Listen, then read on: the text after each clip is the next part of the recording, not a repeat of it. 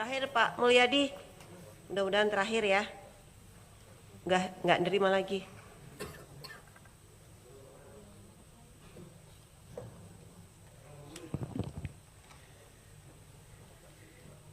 Baik, bismillahirrahmanirrahim. Assalamualaikum warahmatullahi taala wabarakatuh. Salam sejahtera untuk kita semua. Terima kasih pimpinan atas kesempatannya. Rekan-rekan anggota yang saya hormati, serta Pak Menteri Perdagangan beserta jajaran dan Dirut Bulog beserta jajaran. Selamat Pak Novi atas tugas baru, amanah baru. Pak Herman, saya izin tertarik dengan prolog Bapak terkait pasal 33 Pak, ayat 2. Ya.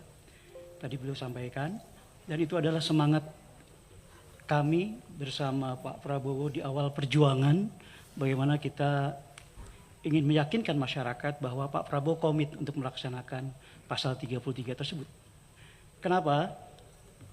Ya, hari ini kita rapat mengklarifikasi kata impor itu disebut berulang-ulang kali. Padahal penyair atau penyanyi kita mengingatkan apa Pak Herman?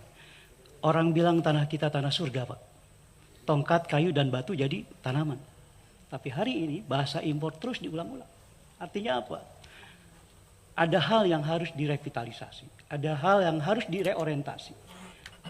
Kami dan kita semua tentu harus mendukung program ketahanan pangan yang digaungkan oleh Pak Presiden. Dengan cara bagaimana? Saya kira bahwa Bapak adalah orang-orang terbaik yang dipilih oleh Pak Presiden. Dan beliau yakin dengan kompetensi, pengalaman, jam terbang Bapak bisa menerjemahkan misi dan visi Presiden kita, janji Presiden kita. Untuk itu saya kira banyak teman-teman yang bicara hal teknis sampai ke harga di setiap wilayah dapil dan seterusnya. Saya Pak, dapil Pak Presiden Pak, Kabupaten Bogor bersama Pak Asep. Ya. Kami diakses warga luar biasa, tidak nyaman sebenarnya Pak. Presidennya tinggal di Bogor, ada perwakilan Bogor, tapi masyarakatnya gelisah. Sampai malam tadi saja untuk hal yang sifatnya mohon maaf, Pak.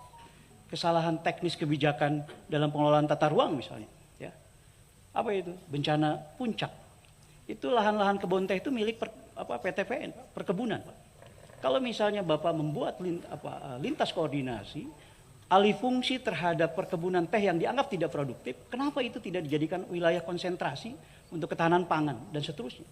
Malah jadi sekarang objek-objek wisata dan daerah perdagangan yang justru merusak kawasan konservasi air Pak Menteri. Jadi kalau misalnya roadmap Bapak dalam melaksanakan amanah tersebut bisa lebih clear dan kalau perlu Pak tidak mengajarkan Pak. Saya kira agenda Bapak 3 saja Pak. Merekap apa yang disampaikan oleh teman-teman anggota Komisi 6. Bapak harus membuat agenda pembenahan, agenda optimalisasi, dan agenda pengembangan. Saya periode lalu Pak Alhamdulillah dipercaya sebagai bagian dari anggota Badan Anggaran. Kata impor itu terulang-ulang terus Pak. Lalu saya sampaikan ke pemerintah waktu itu rapat dengan para rakor. Untuk kenapa sih kita tidak punya roadmap, bagaimana dalam waktu sekian lama ketergantungan kita terhadap produk atau komoditi-komoditi impor itu mulai berkurang. Nah, des pengembangan harusnya dibuat Pak. Lintas kementerian ini tidak mengajarkan izin Pak, ya, supaya kita menjaga kebersamaan dan kolaborasi supaya negeri ini lebih baik.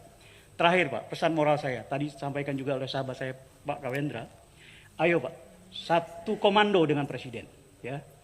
Kami tidak mau jabatan ini hanya jabatan seremonial retorika. Menghabiskan umur lalu kemudian tidak ada legasi terbaik untuk masyarakat Indonesia maupun generasi kita yang akan datang. Jadi kita yang hadir di sini adalah bagian terpenting bagaimana amanah bangsa ini menjadi lebih baik. Jangan sampai kemudian kesalahan yang sama terus menerus terulang dan akhirnya kita menjadi, mohon maaf dalam tanda petik, kita tidak sampai jadi sampah sejarah. Saya kira itu. Terima kasih pimpinan. Assalamualaikum warahmatullahi wabarakatuh. Waalaikumsalam warahmatullahi wabarakatuh.